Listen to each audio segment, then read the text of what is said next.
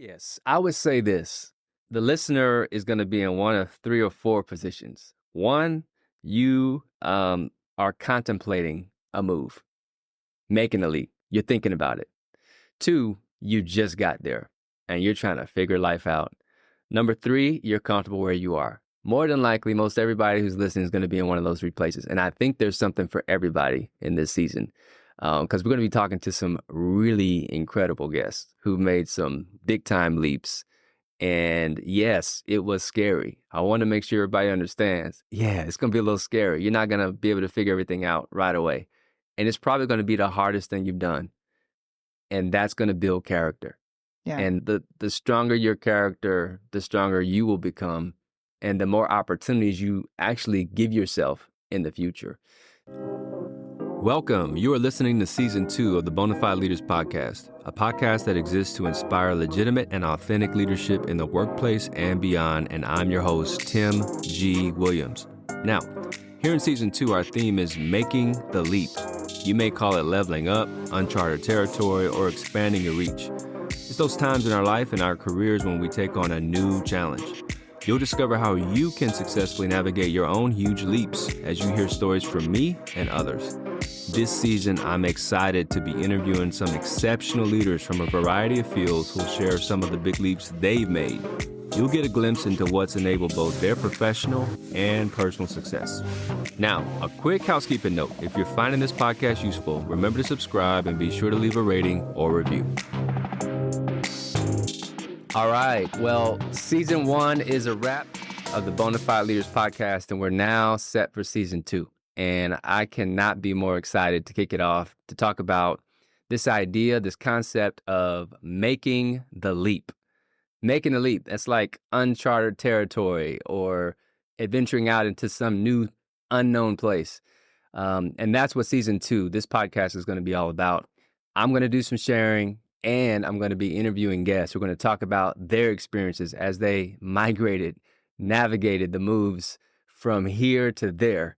And it's my hope that you are going to get some incredible insight from this experience by hearing about our stories and how we had some success and some failures as we made some different leaps of faith throughout our professional journey. So with that, we're going to kick it off talking about one of those leaps that I made today, which was moving from the director level to the executive level.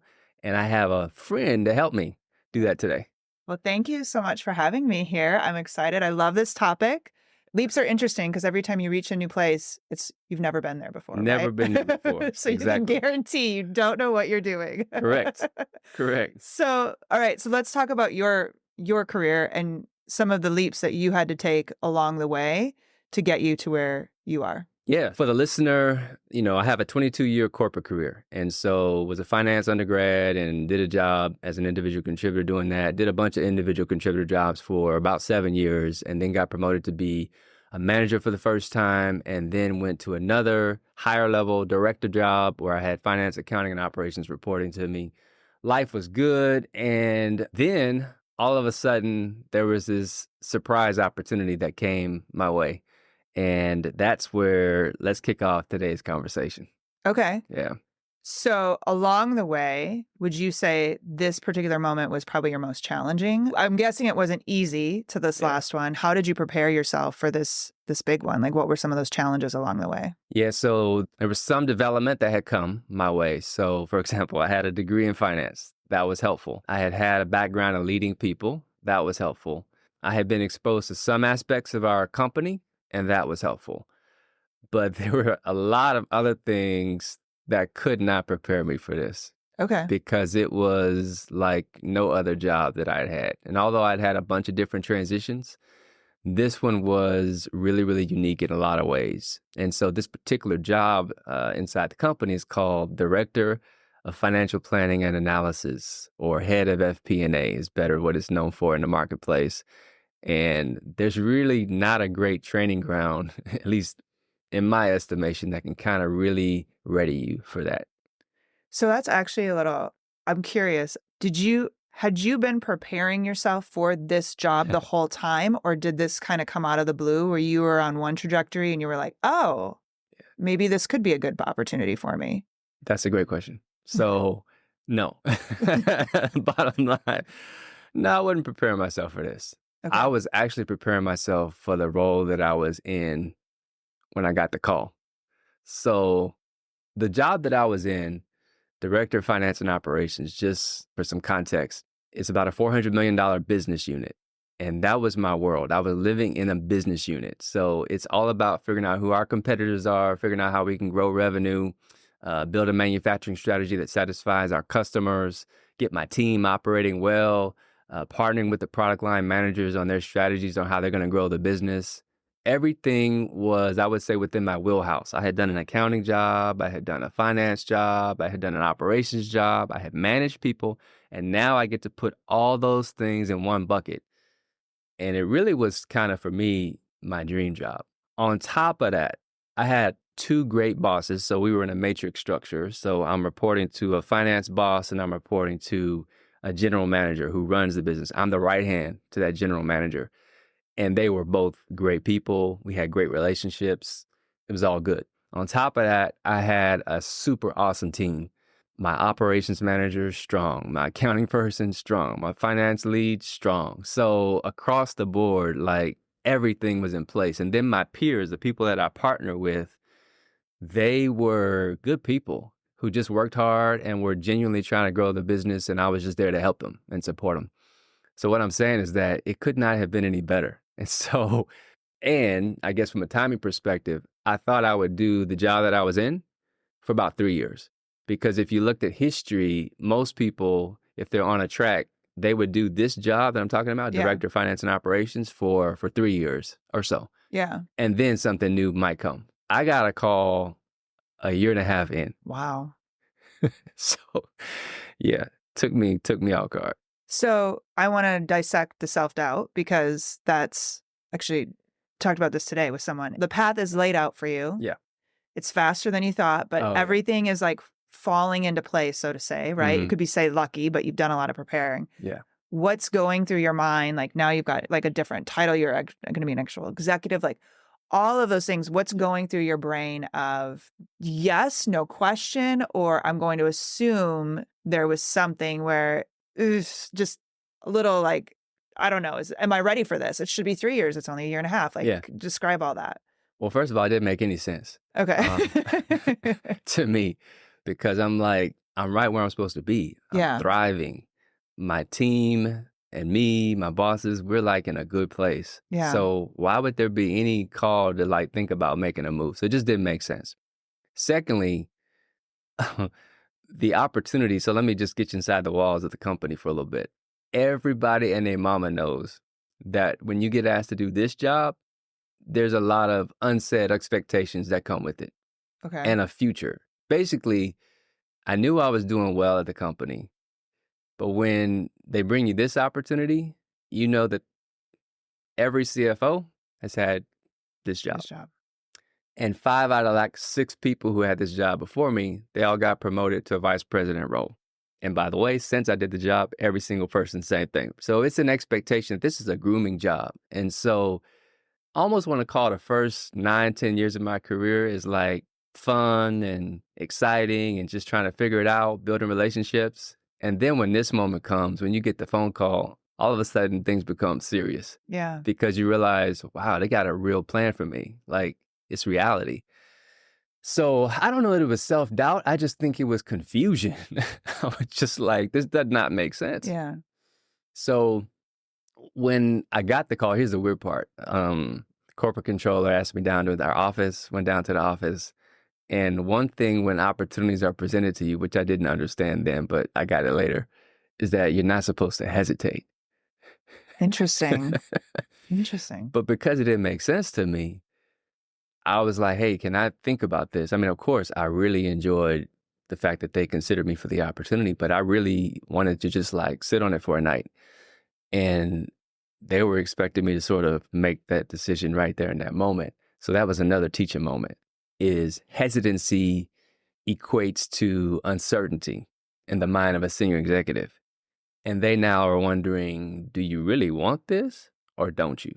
We got it all worked out. And of course I said yes, like the next day, maybe even later that night, I don't know. But the point is that the emotions I was feeling was just uncertainty, confusion, and almost a recognition that whatever the quote unquote fun I was having before, now things are about to flip and it's about to get a little more intense, a little more serious. That's so interesting. So we'll get into like the preparation for this role, but I'm curious, did you have to overcome anything because they saw your hesitancy Mm. a little bit where as like you had to prove something a little bit more? They already thought you were ready, but now they might have been like, "Okay, we'll put you in here, but we're a little like," did you have to overcome anything in that? I don't know. And I Okay. never asked Okay. the bosses whether or not that was a part of the thing. Here's what I do know. The job was hard enough. Yeah. So, I mean, maybe there was an extra barrier, but like I said, we'll get into this now, right? Just the job itself was big enough. So I'm not sure if that played a role or not. Okay. Interesting. All right. So you have to learn a new job. Yeah.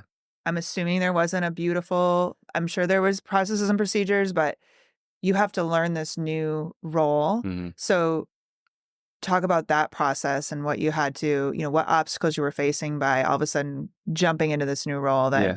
you were like, whoa, So let's talk about learning, 'cause this yeah, is fun.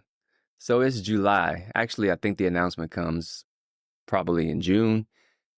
And now it's July. So I'm starting to roll. First of all, I'm 33 years old.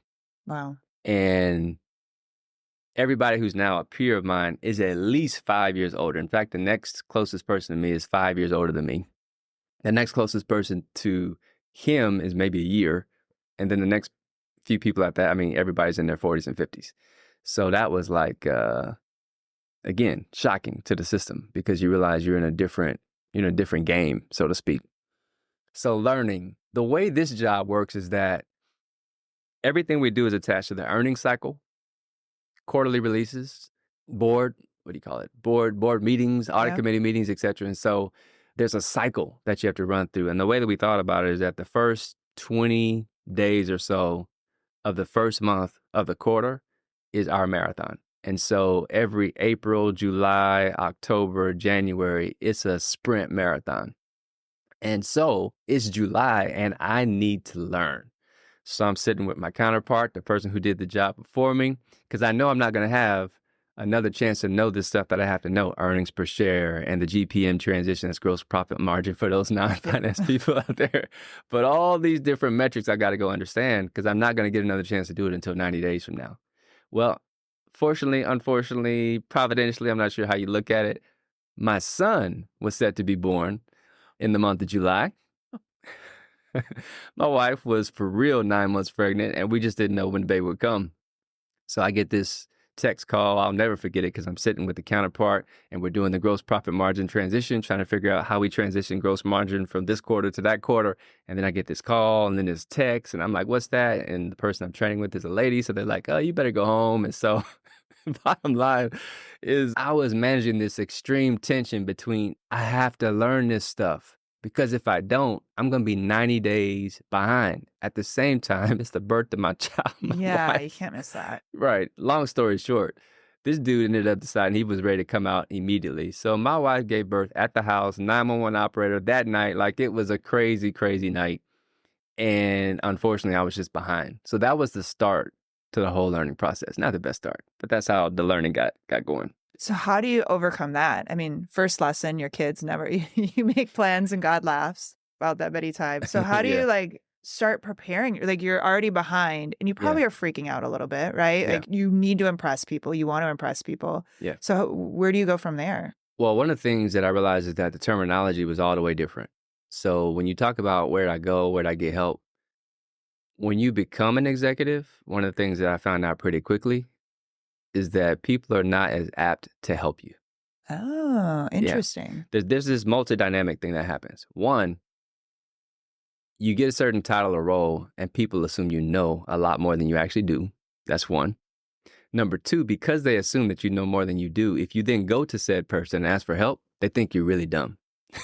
Uh, So, and three, in the game of musical chairs, which we used to play as kids, as you go higher and higher, there's fewer chairs. yeah. And inside of a corporate structure, everybody's sort of vying for those chairs. And sad to say, the reality of it is that when you're in a corporate structure, people are competing. That was never my mindset, never. But that is the mindset of most people at that level. And so when you are seeking help, it's not really easy to find. So I give you a couple things that were like mind blowing for me. In the business unit product line, I have a personal calendar. We used Outlook at the time. And so I could see all the details for each meeting. Okay, who's going to be at the meeting? Who's attending? What's the agenda? Is it my meeting? Is it somebody else's? That's very normal, right? The listener's going, of course. Yeah. Well, when you work at the top of finance for the corporation, there's a finance calendar, which, by the way, I was responsible for issuing and setting every year. That's another one of the responsibilities I had for all 500 plus finance people in the company. But on those calendar invitations, there's no names. It's not a personal invitation. It's just a calendar meeting that sits on your calendar. So it said, for example, key issues meeting. Well, what are the key issues? There's another one that says AIR. Well, I don't know what the AIR is, right? Or AQR. What's all these terms that I'm just unfamiliar with. So I have to go and ask people sort of in a certain way so it doesn't look Exactly. like, You don't I'm know. Dodo, right? And so just little things like that. So a few times, of course, I show up to a meeting and it turns out it's my meeting. So I'm supposed to bring the agenda. But I didn't know I was supposed to bring the agenda. It's just things like that. Or it's not my meeting, but oh yeah, you always bring these pieces of paper for us to go through so we can look at the earnings per share plan. Oh, I didn't know that, right? So it was what I call painful learning, right? Where you bump your head up against the table a few times. That's kind of what learning was like early on in that job. So from an executive perspective, obviously someone had this role before you. Is anyone helping you transition? Mm, Like to help, like for all these things, like you're going to have these meetings, you need to bring that, or yeah, was that person gone and they were just like, we need somebody. Here you right. go. So let's talk about that a little bit. So my counterpart, yes, they helped as they could. But keep in mind, because I took paternity leave and it's a 90-day cycle, there's a lot that I just had to miss out on that was available. And now that person has their own job, Yeah.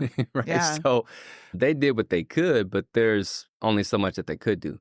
The second thing is, when you talk about what happened to that person. So every other job I ever took, I knew what happened to the person before that. Like the job became open because the person got promoted, they left the company, whatever. This was the very first time when they brought it to me. It was like dominoes that they told me. They were like, "Hey, so here's your opportunity." And of course, I'm curious, like anybody. Well, what does that mean for such and such? Where are they going? You'll find out when you need to know. So when you get to an executive level, that was the thing that hit me. Realize, oh, there's a lot of need to know basis type stuff around here, whereas things were much more transparent up front. The other thing, just as again, it's just weird, is that instead of me reading the company announcement, which is what, we all do when you see, okay, this person is going to go here and there. Now I am the company Yeah. announcement. And these kind of things, they settle in and you realize the magnitude of what you're doing. Yeah, absolutely. So who defines success for you, Mm. and how did you know like you were being successful in this role? Our CFO and the corporate controller did a pretty good job with that. Okay. So this particular role, like I mentioned, it's a grooming role. And so when you come into the company, it's a very visible role. And those are basically my two primary bosses, the corporate controller and the CFO, to some extent also the CEO. And I'll maybe talk about that dynamic too. But they outline it for you because there's been a track record. All these other people before you have had this job. And actually, half of those people I actually had a relationship with.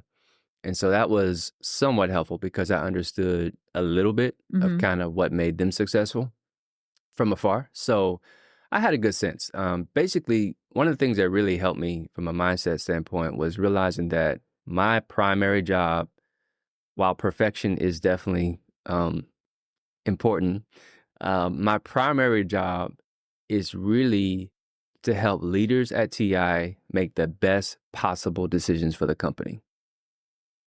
And that took a lot of stress off. And I say that that's really important because I had never been in a job where these two pieces came together. Let me tell you these two pieces. So when I did operations, it was all about order fulfillment operations for our customers. Customers place an order for 10 million pieces of semiconductors. It's a, I don't know, 20-week cycle time in manufacturing. I've got inventory here staged, and everything is all about urgency. Mm-hmm. Customers need products immediately, or they need them in 6 weeks, and you've got 50 other customers that also need products. So in operations, it's all about flexibility and urgency. Then in finance and accounting, those jobs that I'd had in the first 7 years of my career, that's all about accuracy. Okay, so get the numbers right, get the books closed on time, make sure the numbers tied, debits and credits, assets equals liabilities plus owner's equity. Like everything's got to tie accuracy. Now, for the first time, I had accuracy plus urgency hitting and hitting hard. Um, my customer base or stakeholder base, this is what it was in this role: the board of directors, the CEO, the CFO, Wall Street / SEC reporting, and press releases / investor relations, which means there's no tolerance for mistakes. Yeah. None. Everything that this team works on is for an intended purpose that is going to move the company, shape the company in some way. And I'm not over exaggerating that. Some people will listen to this and they'll be like, oh, was it really? No, Yeah. it really is. And Like, it's not a tiny company. no, we're talking about, at the time, it was a $13 billion company. And it was just a really intense time. We were doing a lot of acquisitions. We were restructuring the company, shutting down factories, a whole lot of stuff. And anyway, this was the first time where, like I said, accuracy and then urgency hit. There was rarely a request that I got that wasn't needed immediately, but it required deep thought and what we call QC, which is the quality check to make sure that what we were giving you is right. The last thing you want is for the CFO to go to the audit committee, present a number. The audit committee said, oh, that's not right. You showed this last quarter, because they had the thing right in front of them. So not good, right? You don't want to make mistakes. Yeah. So how do you deal with that new pressure? Like, obviously, this is a whole, and it's not like you said, you're green, but you have to be very careful of showing your greenness, right? Who did you turn to, or how did you learn how to deal with these new pressures that were coming up at just a completely different level that you were used to? My boss was helpful. This was a man who had spent, I don't know, 30, 35 years in semiconductor. And I didn't know it at the time, but this was his last job before retirement. Mm. And I would say that actually as a piece of wisdom for those who are listening. Sometimes when people are at the end, that's when they're most apt to want to kind of help you, because there's nothing else they're trying to chase. There's no other musical chairs to run to. He's not this is it. competing. He's not competing, right? Yeah. And he was a good man as well. And he actually was super, super smart. I don't know that he actually did this job, but he did a job similar to it many years ago. So he kind of, I had this spreadsheet, and it was called the whiff, plus minus is what we called it. So it's a what if, because throughout the quarter, there's all these possibilities of things that could happen. The analog business could upside, the embedded processing business could downside, or vice versa. Manufacturing may have bought a new plant. I mean, you had got all these different things. And then the plus and minus is, does this help Mm-hmm. earnings per share? Does it hurt earnings per share? And my boss was really good about being able to predict. So if I told him, hey, I just got these 3 inputs. I got an inputs from tax. They just told us that India's got this going on. And then I just got this from the analog business. They tell us this. And then I'd run it through my calculator. And before I did, he would say, I'd probably add you about 2 cents. And sure enough, I go into my spreadsheet, put it all in there. I got all these circular references. I mean, it's a very complex spreadsheet, and he'd be spot on. So he was kind of my check. Wow. He was my check because he just had a gut instinct where he could compute these numbers in his mind and kind of make it out. And so sometimes, and he would even tell me, hey, you can leverage me. If you're not sure if this is right, get it in front of me. The biggest problem I had wasn't that he was a kind person and trying to help me. It was just time. I mean, I was stretched for time constantly because the learning curve was so steep. And you would think that this 90-day period is much better than the next 90-day period because you've learned from that. I would keep a running list of everything I've learned. And then you'd have new changes because we would acquire a company or do a restructuring or, whatever. something changed. So yeah, he helped me quite a bit. And then, like I said, the other big thing was just the mindset of saying, look, my job isn't to be perfect, even though I did become really robotic. But I tried to tell myself, my job is to help leaders make great decisions. And they do that through our team's analysis. And that really kind of took a little bit of edge off too. Hey, listeners, if you're busy, and I know you are, but you want to grow your leadership in an efficient and cost-effective way, I invite you to check out my on-demand digital leadership courses at bonafideleaders.com/courses. Now, you're wondering, what do I get in exchange for my purchase? Well, you'll get dynamic teaching and insights, and you'll leave with the tools and practical application you need to be a more effective and impactful leader, wherever you lead, at work or at home. You'll become more confident in your capabilities because you'll know your unique leadership style and how to apply it. You will know how to create powerful and engaging meetings and also how to better integrate your work and life. You'll get that and much, much more.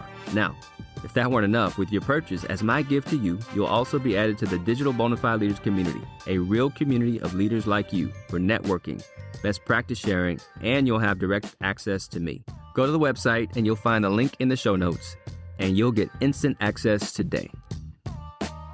Was it a change for you too? Like in that,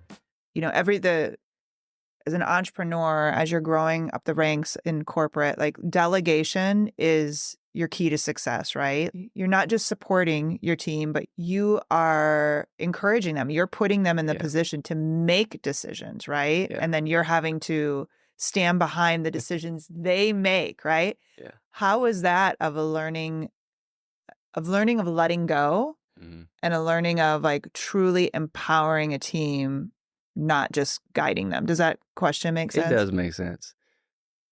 There's a couple ways for me to answer it, and it's going to sound counterintuitive. So you think now that as an executive, you actually delegate more. Right.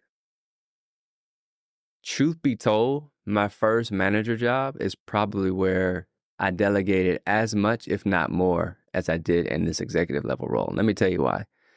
One, I am fully responsible for every single number that leaves this shop. Me. They're not going to go to the analyst. They're going to go to me. Yeah. And I can distinctly remember, as I'm sure our CFO remembers, there were 3 distinct times when I screwed up. And again, I'll say me, right? I won't say me. And he called me down to the office. And we used to have the board meeting on a certain day of the week. And so he would tell me I needed to, stick around until he's had a chance to go through the board prep work. And so bottom line is that about 3 times I had to make this long walk down the corridor. And it was about a 1/4 mile walk, seriously, from one end to where his office was. And I knew what was coming. Somehow we missed something. And then he would, in his own way, kind of walk us through, or walk me through, because there was nobody else going with me on that walk. It was just me, on what he found, how he found it. He would show me last quarter's number and ask me if it made sense. Then, and that was his coaching way. So what that did for me, it didn't make me more excited about delegating work.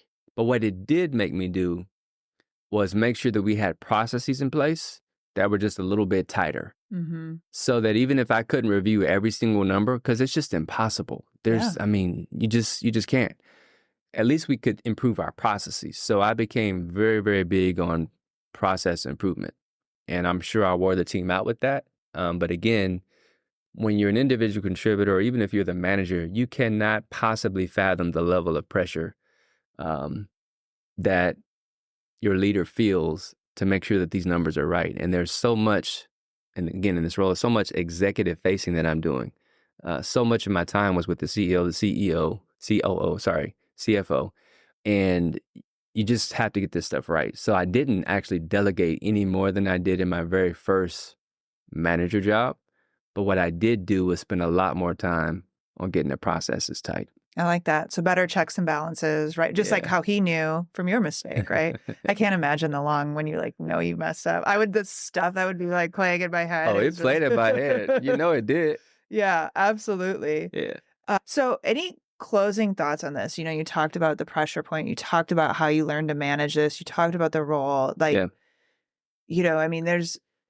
It's a leap. And honestly, what's terrifying to me is there was a podcast that one of my clients was recording where the guy actually got promoted in Amazon to an executive. And then it was you're not you're too green. Like you weren't ready for this and Mm, actually got demoted. So that stuff happens too, right? yeah. So I'd love to know like your thoughts specifically of how this all worked out Hmm. and, any other thoughts you've got of how you got to that point where it did. Yeah.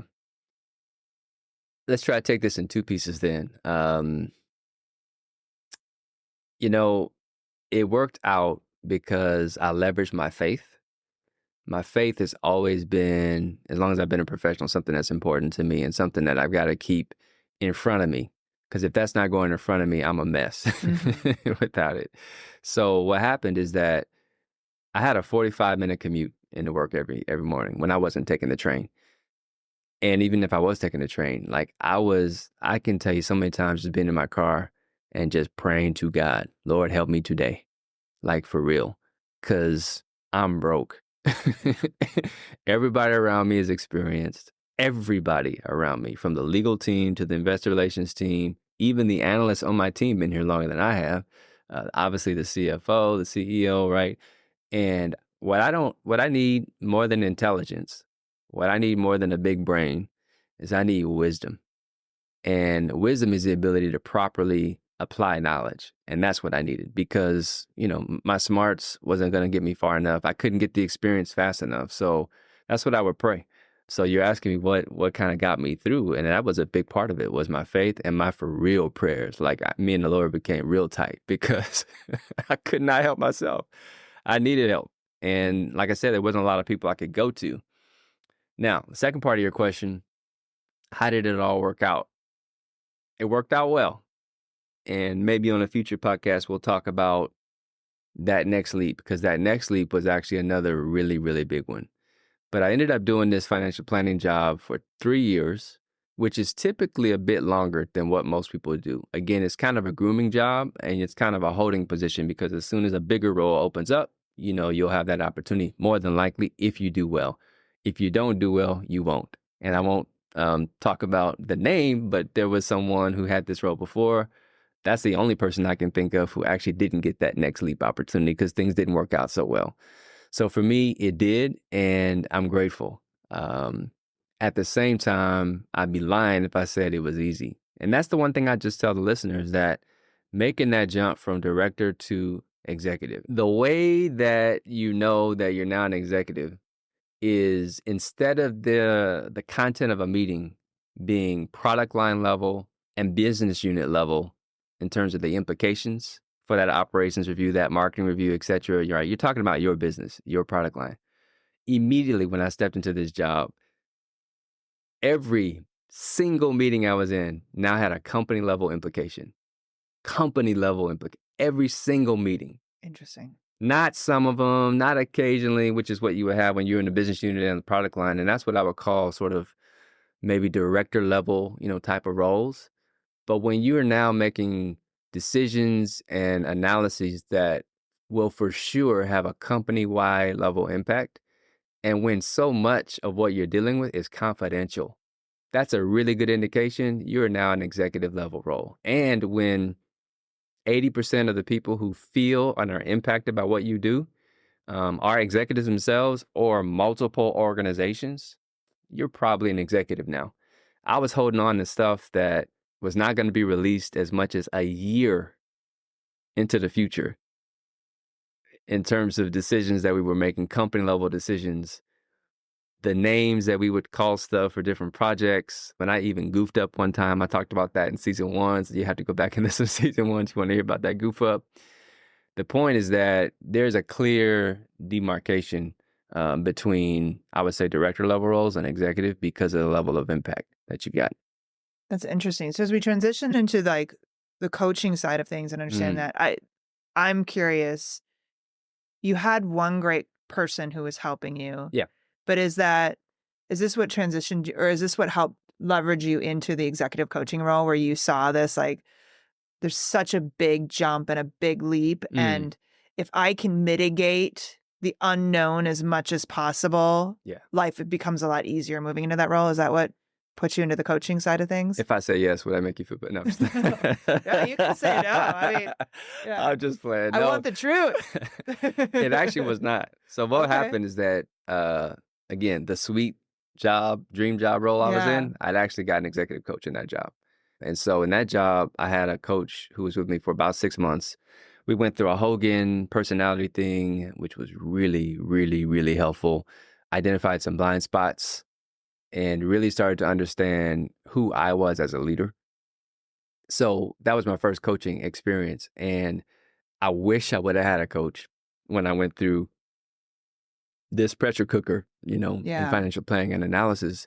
Somebody I did not mention, or a group of people I did not mention, is mentors. Yeah. And what I also realized when I went through this transition is that previously I had some mentors who were part of those musical chairs, which is all good until you're now one of those chairs. And there's this little tension, awkward, even though it's still, friendly and relational. It's different if you have an outside of the company mentor.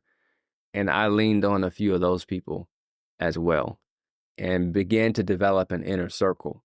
So the idea for coaching didn't come from that experience. It came a little bit later in life, but I had a coaching experience. And that's the one thing I will tell the listener. Look, if you're going through a serious transition, we all need help. Mm-hmm. And having a thought partner to kind of walk alongside with you who's been there and done it many, many times in high pressure situations, high stakes situations, it's going to make life easier for you to walk through it. Is it going to be an investment in your time? Yes. Is it going to compete with your time and your energy? Yes.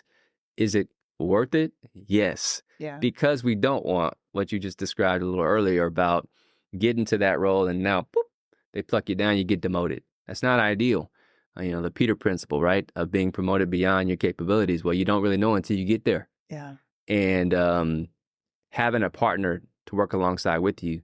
If you want to know, do I do that with clients? Absolutely, right? Bonafide leaders, we work with people who are working through transition and try to help them navigate that. And keep in mind, too, as an executive, it takes a little longer before you really get your arms around the job than earlier in your career, where maybe after 3 or 6 or 9 months, you got it figured out. Well, as an executive, man, it might be 2 years, Yeah. might be 3 before you really, really get it, grasp it, and master it.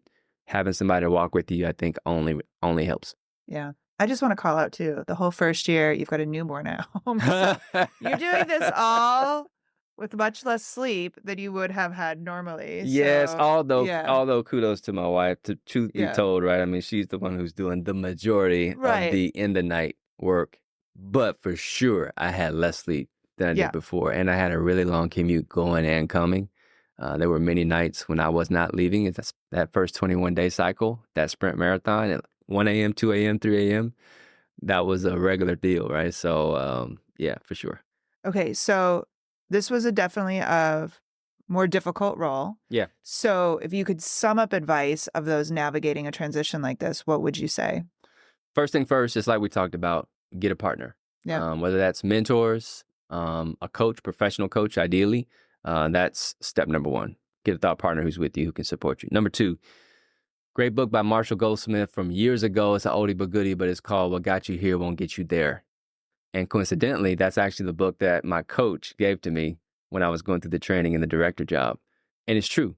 The same tricks and skills and whatnot that we use to get us to this level won't always be the same skills and tricks that get us to the next level. Why? Technology is always changing. Processes are always changing. And you got new levels, and it just requires new skills. And so we got to augment. And so I would say being able to shift and recognize that there's maybe some augmentation I got to go get. For example, when you go from one level to the next, it's less about just managing your team, and it's more about now building relationships and partnerships with people beyond your team. And it's about the company now. It's, so, and by the way, coaching can help with that too. Help you identify, hey, what did you think was important over here? And what's important over here? Hey, who are your primary stakeholders over here? Who are they over here?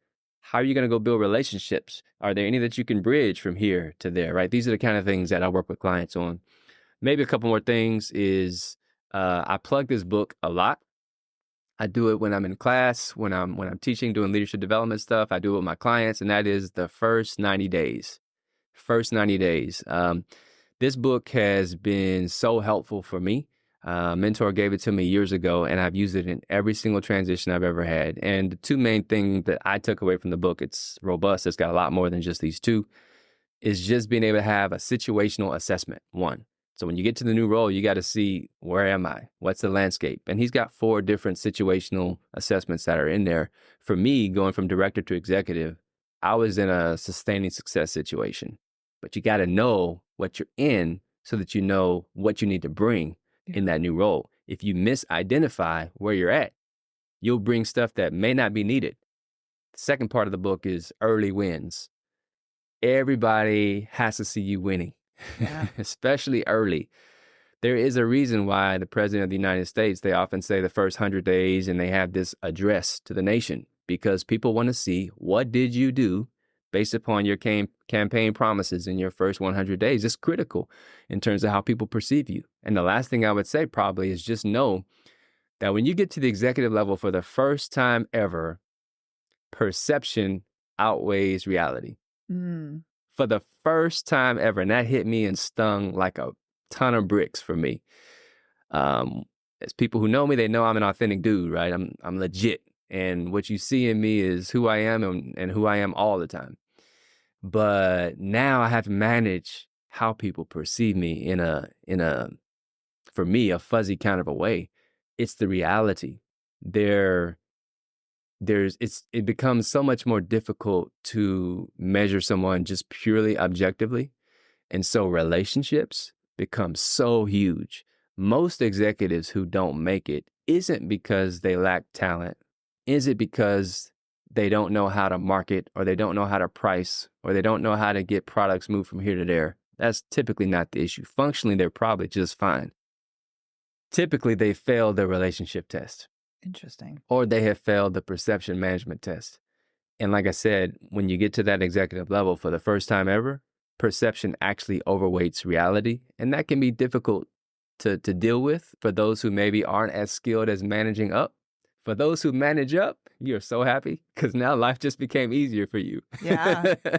It's actually not all about your performance. But for those who are built a little different, it's something that you now have to think about. So those are the things that I would just say. And then maybe the last thing is just pacing yourself. You got to pace your learning, because when you're an executive, it just takes longer to grasp that role. Give yourself some time, be patient with yourself, pace yourself, and you'll get there. I love it. So how about you talked a little bit about the relationships across, the business and stuff like that. Yeah. When it comes to management and you feel you're ready to make a leap, you're trying to push that leap. Mm-hmm. How much of that is waiting for management to kind of tap you on the shoulder and say, we're right? Like, you were in a position where they called you, right? Where Yeah. somebody else might be driving their career to try to get that. Yeah. How do you navigate the balance of that, of waiting for them to be like, yep, you're ready, versus you really pushing that envelope to say, hey, look at me? Yeah. I think you got to know the culture. So our company culture was a drive your own career culture. Okay. And that might sound paradoxical when I say that, because, well, Tim, you say they tapped you. No, but they tapped because your boy was working. Yeah, Your boy was grinding. Yeah. Depends on the corporate culture. I would say in most big companies, you got to do 2 things. 1, you got to do great work. And 2, you got to let people know your aspirations. Those 2 generally you got to have. So the combination of those 2, depending on where you work, is important. Now, when I say you got to let people know, what your aspirations are, well, it's important to who. I mean, if Yeah. you're just letting your boss know, that's cool. But what if your boss lacks influence? So it's typically going to be your boss and your boss's boss at a minimum. They got to for sure know. And then what you really want to have is you want to have an advocate/mentor who also has influence in the organization, who can vouch for your work. Maybe you've even done some projects with them or for them. They can vouch for your work, and they can stand up in the meeting and say, hey, I think we ought to look at giving this person an opportunity. So the work is very important, particularly early in your career. You got to bring it. You Yeah. can't be talking about some promote me and all that, and you're not bringing it. And I mean, not just, great work product, but let's not discount time. Right. I saw a post, this morning from you about time. And, there is an element of working hard. There's a minimum amount of hours that you just got to put in Yeah. to get it done. They would always tell me, if it comes down to it, who are we going to pick? We have people of similar ability, similar experience, similar character. We're going to pick the person who we see more. Yeah. That's just the way it is. So, yeah, I think it's a balancing act between advocating for yourself at the same time putting in the work and trusting that you're talking with the right people who can promote you inside of a company. Yeah. Is there any methodology or any specifics that you usually see work best when it comes to your clients? As relates to helping them kind of navigate Navigate that career. career leap, Yeah. even the methodology to I feel like as people we get really caught up in the am I really prepared for this, right? So there's Mm, got to be some methodology, I'm assuming, where it's like preparing yourself as best as possible to yeah. start getting ready for those big and feeling prepared and being able to do it. Yeah. So I'm going to say something that might be a little controversial, but that's Okay. okay. I live on the edge because I just, think it's funner that way. Um, I read a study years ago, and I'm trying to remember who the author of the study was now. It's not coming to me. But I remember looking this up because sometimes jobs would get posted internally. And the way it works in my company is that you just apply, right? Right. You just put your name in a hat. And what was happening is that women were not applying as frequently Yeah. as men. And the study validated what was occurring empirically inside the walls of our company, which is that women, to your point, oftentimes, not every time, but feel that they've got to check every box in order to put themselves in the running for an opportunity. Whereas men are like, hey, I can do one of those things. I'm good to go. Yep. I don't feel that way, but a lot of men, do. I'm probably somewhere in the middle, my wife would tell you. Um, and I would just say that it's okay whether you're a lady, whether you're a guy, you don't have to check all the boxes. In Yeah. fact, you are absolutely hurting yourself if you're waiting to check every single box. Because what you're going to do is be busted and disgusted because you're going to look over there, you're going to see somebody else who got the opportunity, you didn't. And you're going to be like, but they don't have these 3 boxes. And you know what? You're right. They don't. You know the difference between them and you? They went for the opportunity and you didn't because Yeah. you're waiting to get those boxes checked. That's not to undercut the importance of development. I'm a huge proponent of developing yourself, developing the skills you need to be where it is that you want to be. No, for sure. That's very, very important. At the same time, I can't think of a single job except maybe one where I had like all the boxes checked. I mean, sometimes you just got to go. Yeah. Now, how do I work with my clients on this? I'm thinking of one client in particular who was a little frustrated because they had been sort of taken advantage of, is how they felt, by their management team. They were doing great work, but they weren't getting recognized Mm. for the great work they were doing. So what we coached on, because they ended up doing some things I think that damaged their reputation a little bit, they started to apply for a bunch of jobs. That doesn't always help, right? Out of emotion and anger, sometimes we're like, oh, I'm just get out of here. No, no, no, no. Yeah. I always tell clients, do your best not to run from something, but instead to run to something, right? Don't run from, run to. You want to be going after something that you're excited about as opposed to running from something you can't stand. So what we coached on was first figuring out, okay, what do you even want? Because they actually really didn't know. So we took a couple sessions just to kind of break down, what are you good at? There's an appreciative inquiry skill thing that we do in coaching, right? Where we talk about successes that they've had over time. And then once we identified those things, then we said, okay, now, are there opportunities like that inside this company? Or do you need to go outside? They said, no, there's opportunities like that inside the company. I said, great. Do you have any relationships with people who are hiring managers there? Oh, yeah, in fact, I do, right? So we just started to kind of figure out ways that we could get this person where they wanted to be. They were in kind of a director level role as well, and they wanted to go up to VP level. And through their hard work and their perseverance, eventually they got there. And part of it sometimes is just slowing down. Sometimes you got to slow down before we can speed up. Yeah. And again, it doesn't sound like that should make sense, but it does. Yeah. And that's one of the ways in which I work through with my clients. It's great advice. I know lean in by Carol Sandburg. yes, that Yeah. was the first time I'm like, "Wait a minute, you don't have to check all boxes?" That's Like, right. yeah. That's right.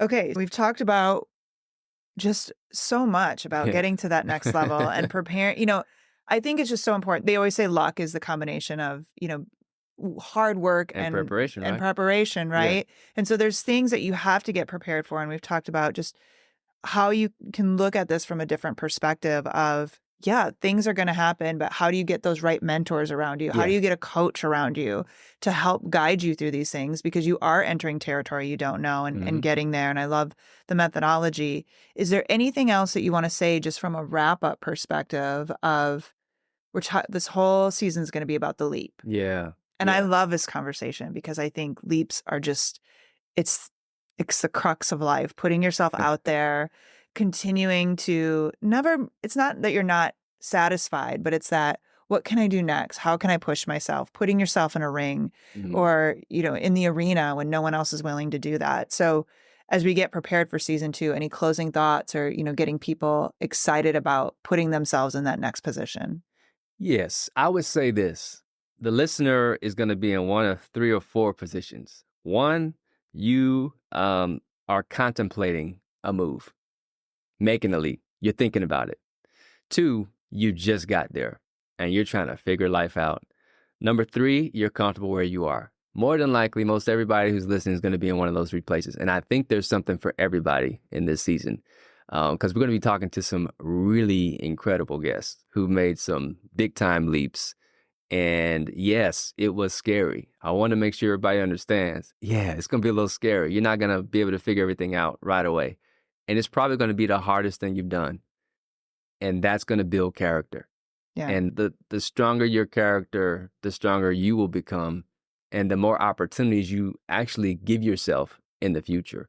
So I just encourage the listeners to listen in, get some nuggets, and we're going to try to make it practical as well, just like we're doing today, so that everybody will be able to have something they can walk away with to help them in their journey, no matter what phase that they're in right now. And just know at some point we'll probably all go through another leap. So how to be able to navigate it successfully, that's the focus of season 2. I'm really excited.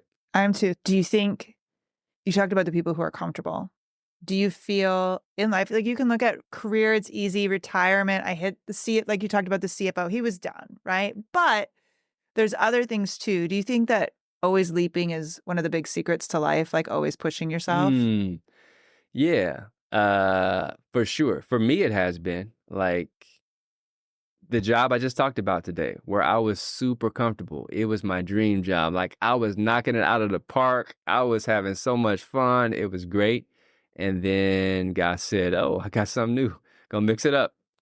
And yeah, getting comfortable, has been said, with what's uncomfortable is just an important, I think, human skill to build. Mhm. And getting too comfortable, I think, is a little dangerous for all of us. Now, again, this is completely unrelated to the topic of like making a leap as it relates to like a professional thing. But one thing I do every so often is I just take a mission trip. So I Mm. just got back from a mission trip to the Dominican Republic. And I do that in part to help me realize how good my life is. I mean, when you go on the mission field, we don't stay at 4-star, 5-star. I think locally they probably call them 3-star, but Right. no American would call that Right. a 3-star place where we stay. Different gradient, yeah. That's right. And you get exposed to people who don't have a whole lot. And they're so much more joyful and happier than sometimes than we are as Americans. And so that's in the spirit of like being uncomfortable. Like taking yourself to places that are unfamiliar is healthy, is good. And Mhm. it's a struggle. But man, once you look back and you realize I've gone through this and I've gone through that, sometimes people are like, oh man, where did your confidence come from? Well, I can look back over history and see, right? All the Yeah. things that I've been able to work through. So for sure, we got to get comfortable with putting ourselves in unfamiliar places from time to time. I love it. Well, hopefully that gets people ready for even if you're in the comfortable spot, Yeah. Probably need to get a little shove out of there. A So, little shove. I like that. all I right. like that. Well, thank you so much. This has been super interesting and can't wait for what's to come in season 2. Me too. Thanks. Thank you so much for listening. If you got value from this podcast, don't keep it a secret. Subscribe, leave a rating or review, and share it with someone you know. Until next time, remember, our world is starving for bona fide leaders. Take your leadership to the next level by applying at least one thing you heard today.